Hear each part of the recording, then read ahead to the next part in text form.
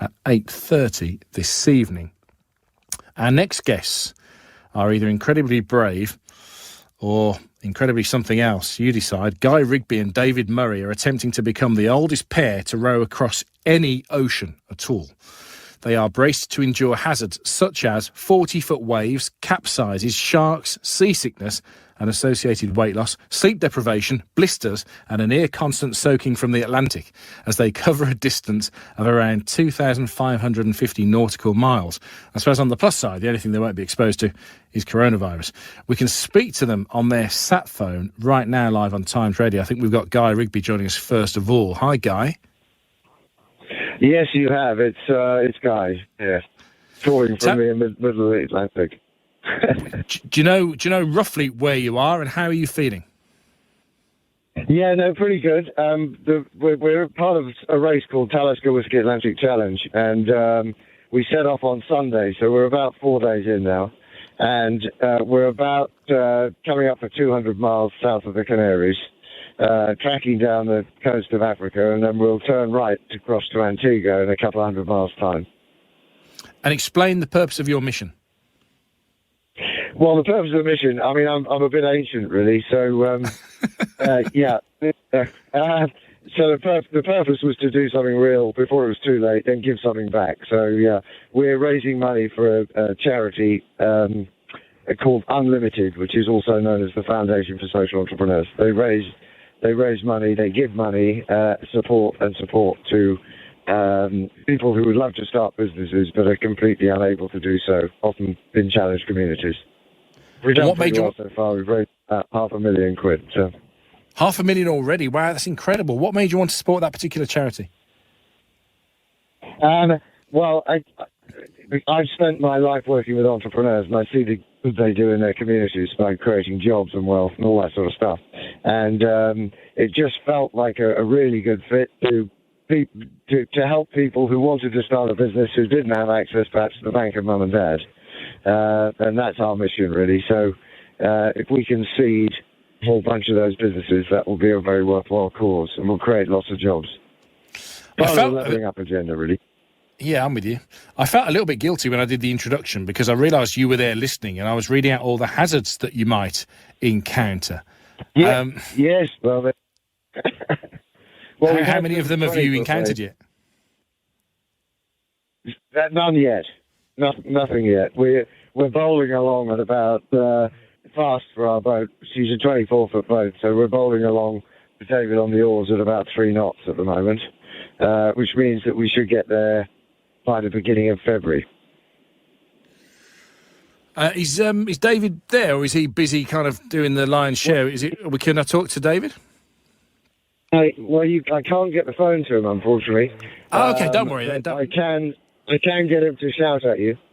No, it's fine. Listen, it's fine. Give me a picture, Guy, about your living conditions. I mean, are you literally rowing some distance every hour of the 24 hours in a day, or do you do so many hours on, so many hours off? So we row 2 hours on, 2 hours off, 24 hours a day. So that's the regime. And we have a very small. Well, we have 2 cabins on the boat. The forward cabin is used for storage, and the stern cabin, which I'm sitting in right now, which is about 4 foot long by 4 foot high, I suppose, is our sort of home. And actually, it's a very cosy little space. When you've been out rowing in the middle of the night, there's nothing you're looking forward to more than getting in that tiny little space. And of course, we share a cabin, so we one comes in, one goes out. Yeah, I'm with you. Have you done anything like this before? Never, no, nothing like this. No, no. David has done a few Ironman events and things. I think even he would agree that 60 days on an ocean rowing boat in the middle of the Atlantic is a bit different. Yeah. How are you finding it so far? I've got to say, you sound really chipper. Yeah, no, we're pretty good actually. We're going well. Being the oldest pair, we didn't want to come last really, and all that sort of stuff. I think we're about halfway down the fleet at the moment, which is pretty good for us. It's quite rough weather out here. This morning we had very big waves. the waves have flattened off a little bit. There's now a big breeze, and we are really bowling along. You've got to concentrate because you catch your oars in the dark. It's pitch black out there. Yeah. You keep going on about how So you old you can't guys be- are, so you better tell us. Well, we combined age of 124, so I'm 68 and Dave is 56. And Yeah. what did you do by way of training for this? By way of Training. training, we there's lots of training involved because you've got to learn how to use the boat and get your RYA courses and things. But physical training, obviously, we've both been pursuing an agenda and trying to get as fit as we can. Difficult to know how you prepare something like this, though, because